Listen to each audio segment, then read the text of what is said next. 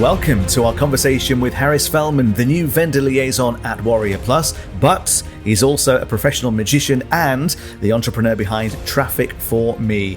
Harris's unique blend of digital marketing expertise and magical entertainment provides a fresh perspective on creativity and innovation in business. And with a career that spans significant roles in various industries, including business and entertainment, I think we should dive right in. Harris, it's great to meet you. Good to meet you too. Maybe you could start by telling us a little bit about your new role, first of all, as vendor liaison at Warrior Plus and what that entails. Basically, I was brought on last year, 6 to 8 months ago, to help with vendors, to help bring new. So I don't know, everybody here, anybody reading this or listening to this knows what Warrior Plus is, right? It's an affiliate-driven marketplace, and we have sellers and we have affiliates and we have buyers. And the sellers we call vendors, and thus it's my primary job to, number one, help existing vendors do better, sell more, create better quality products that people will like, and then kind of elevate the best products, and then also to bring on new vendors as well. So I've been, I'm just kind of out there talking to other potential new vendors, and then I'm able to pull a couple of levers for vendors. I can't do it for everybody every week or anything like that. But if somebody has a really good product and they have a launch and they're prepared, don't call me the day before and say, hey, can you, help me out with this? We can help you reach out and get some more affiliates sometimes. We can help you with, I don't know, a lot of people don't even realize little things. There's so much that Warrior Plus offers. And by the way, I've been doing digital marketing since before Warrior Plus existed. And I haven't always been on Warrior Plus. So there's so much on there that it's good to have somebody on the inside that you can talk to and say, hey, can you guys do this? Like, for instance, a lot of people don't even know that there's advertising. You can pay $50 a day or $109 a day, depending on where it's going to be advertised. And that's another, lever that I can help you pull. Just telling you about something like that, and it's quite effective to be able to advertise right on the marketplace. And some people don't even realize that exists because it's what I call a well hidden feature. It's one of our, there's a few like that. Like the inline upsell is it just got taken out of beta. And it's been public. It's been a public beta, but the inline upsell is what we call a bump at Warrior Plus, or what they call a bump at Warrior Plus, and not a lot of people know about that. It's the easiest way. I'd say it is the only magic money button that actually exists in all of internet marketing, is to add a simple bump so that on your checkout you just have to write 3 lines of copy and put a product up, and some percentage of people will get it if it's a fair offer. So anyway, little things like that is just like looking at I might look at your sales funnel. I might look at your pricing models and what your product actually is, and and is it updated enough and whatever. So yeah, all those things. Sounds like an exciting time, though, at Warrior Plus with the new innovations that are coming through. You mentioned that you've been in the digital product space yourself for quite some time. How did you get involved in Warrior Plus? Were you selling on the platform? A little bit.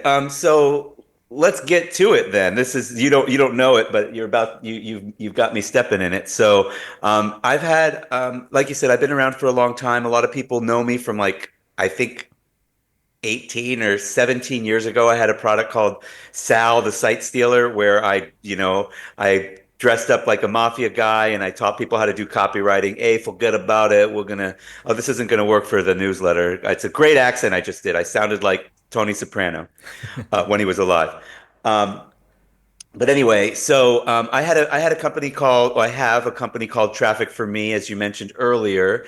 And that's not the only thing I do, clearly. I still have my traffic company. I still do other things. I have a crypto project. I have the comedy magic, which is my real passion.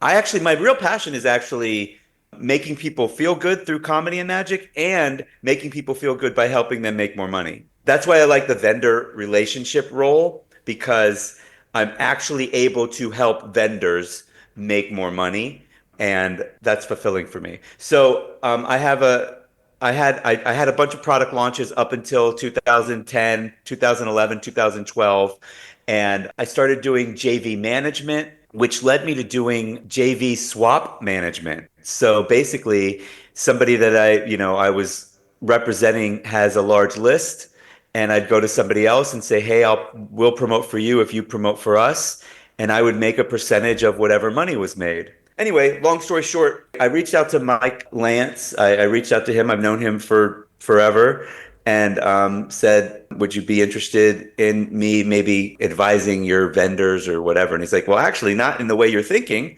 but yes, we want to bring on new quality vendors and we want to elevate. So I'm going to say something. I want to be really careful in how I say it.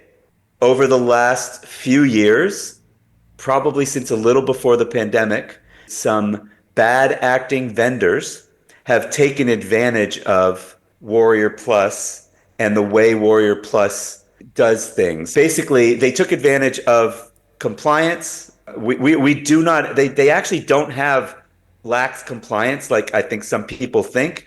What happens is a lot of bad vendors would change their sales page after they got approved. So they would put up false testimonials after they got approved, and if we catch it, we would we might not kick them off from one infraction. Like that's where I think we're friendly to the vendor. Like we consider the vendor to be our primary customer. So we want to work with vendors. We don't, but then I feel that they've taken advantage. I think some vendors have taken advantage, and it's caused Warrior Plus to appear too lenient on things like this compared to, I mean, everybody, I'd say a lot of marketplaces go through it. Like there was a time where you could put anything you wanted up on ClickBank, and then they grew and they started, disallowing some things that are, I'd call it, more aggressive from a marketing standpoint. But, Warrior Plus, most of their products are make money online related, whether it's info products or software or what have you. So that's instantly, according to the rest of the world, this is all baloney. I mean, like when people ask me, how do you make money online? I'm like, there's 1,000 ways. My problem is there's too many ways. That's my real problem. That's like I don't know what to take action on that, not that will make me the most money, that works the best for me and what have you. So, it's the same sort of thing with Warrior Plus, which is, hey, they're making a lot of sales and they're not getting a lot of refunds, so it must be okay, you know. And actually, that is a good indicator. The refunds, the refund rate, and then a dispute rate. That is a good indicator if a vendor is selling truly good products. You mentioned earlier, Harris, about your magic, your entertainment that you do as well. Yeah. Bringing that into business, I guess, must be a challenge, but also something that's quite exciting for you personally to do. What's the reaction been like?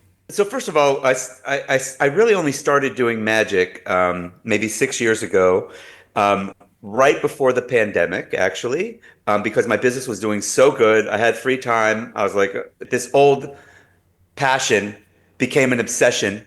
And then but I'm the type of person that I have to monetize everything.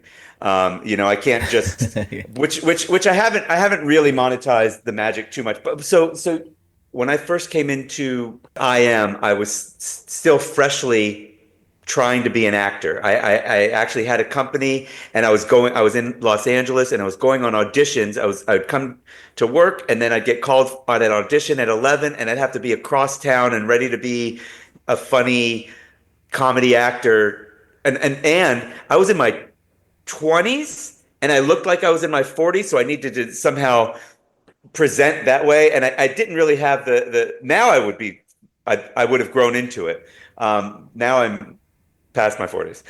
So I did end up saying, oh, I love performing and I love comedy. Let me bring that into my marketing. Anyway, I don't bring the magic into marketing too much. During the pandemic, I had just started and loved doing it on stage, and I was like, how can I do this? And that became a thing. That became like large companies were hiring magicians to entertain their suddenly work from home remote workers with that. I did one show for Groove pages. Mostly I found clients because I used my limited Google AdWords skills, and I said, "Hey, looking for a virtual magic show?" And I got some companies to call me, and I made good money. I mean, it was like shooting fish in a barrel.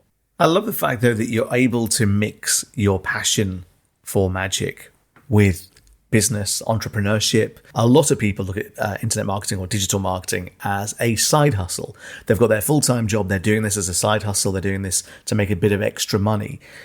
I guess in many ways, you're doing it like almost the opposite way around. Your full-time income, I'm guessing right now, is from the digital marketing stuff that you're doing with Warrior Plus and your own products, and then the magic is the side hustle, the passion project, if you like. Is that a fair assessment? Absolutely, because I've made hundreds of thousands of dollars. I mean, I've sold $30 million worth of stuff online in the 20 plus years that I've been doing this. So I know I can make money there. It's a trap for me though, because as I said, as long as I get to help people, I'm fine with it. But it does fulfill me. So is that a passion? You know, I have some thoughts about this. Is it my purpose? I've always thought that my purpose was, which is a crazy purpose, to make people laugh. From before all of this, when I went to Los Angeles to be a comedy actor, and then I started an internet business, and I got married, and that became my main income. But absolutely, um, the digital marketing is my main income. I know how to make money here. I understand it really well. And then when we go over to magic, one of my friends, he's a clown, and he told me he was putting up social media content, and he showed me something that went viral. And I was like really viral, not BS viral, like millions and millions of views. And it wasn't him. It was a remix. So this was about a year ago. It was a remix, which for the listeners or readers, it means you use somebody else's video. There's a button that you can push. Instead of sharing, it's called remix. And you can overlay your own video. You can overlay audio. There's a guy, I forget his name right now, on TikTok, that all he does is he makes a weird face at the thing, and he's literally been in Marvel movies because he's become a real celebrity. Um, and so this is the same concept. I don't remember what it's called on TikTok, but it's called a remix on Instagram. And my friend was not even doing that. All he was doing was putting a caption over it as his remix. He just commented on it. And I was like, oh, that's interesting. Let me test that and see what happens. First one I did got 100,000 views. I put an avatar of my funny bald guy, and I said something about it, and it got 100. I picked well. I mean, that was good. And then I kept doing that a few times a week for a little while. One of them got 400,000 views. Most of them got 10,000 views, whatever. One of them went viral. One of them is at 4 million views now. And it's a comedy magician who happens to be bald with a goatee just like me. I didn't do that on purpose, but I think some people are like, oh, funny bald guy. I'm going to follow this guy. So I've gotten a few thousand followers from that. And by the way, not a lot if you really think about it. Like 4 million people have seen this, and only 3,000 maybe have followed me from it, 3,000, 4,000. But that's, more than half of my current followers. And then when I put stuff out, so now haven't put out other people's content in a little while, but I will start doing that again because it gets you followers. And by the way, I'm going to get in the weeds a little bit about social media marketing because this is the IM newsletter. So I started putting out. I have a bunch of videos that I recorded of me on stage. So I gave them to somebody on Fiverr. And actually, the truth is, this is a good strategy for people if you've got a little bit of money. I use onlinejobs.ph or Fiverr, and I had maybe I have 10 clips, 10 7 to 10 minute on stage performances that I've not clipped down. Before anybody stops and says, oh, you could just do this with Opus clips, with AI, with Descript. Sorry, but AI does not know when a joke begins and ends. So you're just having to re-edit it again. It's the algorithm is not like, oh, this is a setup and this is a punch. Oh, this is a magic trick. Otherwise, I would do it. I love AI. So anyway, I hired 7 different people at once. I gave them each a video and said, I'll pay you $5. Get me six 1-minute videos. Each video should be a joke or a magic trick. That's it. Go, and if you can't figure that out as a human being, then I'm not going to be able to hire you. And they all, and basically I found, a couple guys that I'm willing to work with on a regular basis that way, but right away. So, and I still haven't even posted all of that content that they made, which was over 40, but that stuff was not really made for social media. But so I started putting those up, mixed in with the other people's content. And now I've started putting up specific for social media that I'm creating. And I didn't invent this at all. I'll give that to the editor and they'll tighten it up and they'll make probably that whole 5 minutes, they'll probably make that into a minute. And they'll put that up on social media. And then there's ways of doing that with, like, they're called random chat video apps. So one of them is called, a lot of people have heard of Chat Roulette, but there's 20 out there. There's more than 20 out there. So I just find random people. And the great thing about that is I was going to go out and do this in person, but it's really intrusive. Like, go to your local mall, and as people are walking by, hey, do you want to do a magic trick? I've done it. I like it, but this is better because people are literally sitting at home, bored out of their mind. You have to be bored out of your mind if you're going on a random chat video. Like, if that's your idea of a fun time tonight, hey girls, let's get together and let's go see who we can talk to. And then they're like, hey, you want to see a magic trick? They're like, yes. There are people that are purely YouTube creators or purely Instagram creators, and they actually make money, or TikTok has the TikTok shop now where they actually sell things on the app that they're presenting on. I'm not sure that that's the direction that I end up going, but basically it's build an audience and they will come. I guess they will pay. It's interesting because I think that's also, true of things like podcasts. You build the audience over time by the content that you're putting out, and then at the end of the day, you kind of decide, okay, how now do I monetize this audience? Is it by selling sponsorships? Is it by making a direct sale of your own product to your audience? There's a number of ways that you can do that. And I guess it's quite a similar world, if you like, with the social media marketing. You build your followers, you get those dedicated followers, and then off the back of that, you've got the opportunity to sell them merch or whatever it might be, particularly if you've got a catchphrase. So yeah, I love the fact that you're moving in that direction. Harris, I really appreciate your time with us today, and for anybody who's looking to find out more about you, maybe to book you for some magic, or to find out more about your digital marketing, where do we go to find you online?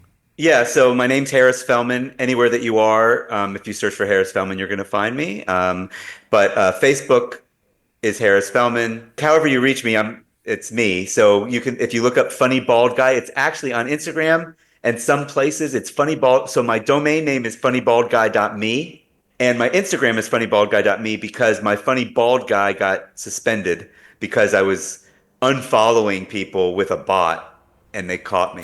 Oh no! And I like to say they thought I was unfollowing people with a bot because I was unfollowing people with a bot. And I can't, I'd prefer that to be my personal brand without the .me, but it's pretty much funnybaldguy.me. And then, Warrior Plus, my email there is harris@warriorplus.com. The best place to reach me is Facebook. Instagram for the Funny Bald Guy, and Facebook for anything else. And it's Harris Fellman on Facebook. Great. Well, listen, thank you so much for your time today, Harry. It's been an absolute pleasure chatting with you. I wish you all the success as well with the magic shows. I think that's really fascinating. And of course, incredible success with Warrior Plus. And it's great to hear, the future for Warrior Plus is looking so bright. So again, thank you for your time today. All right. Thank you. Have a great day.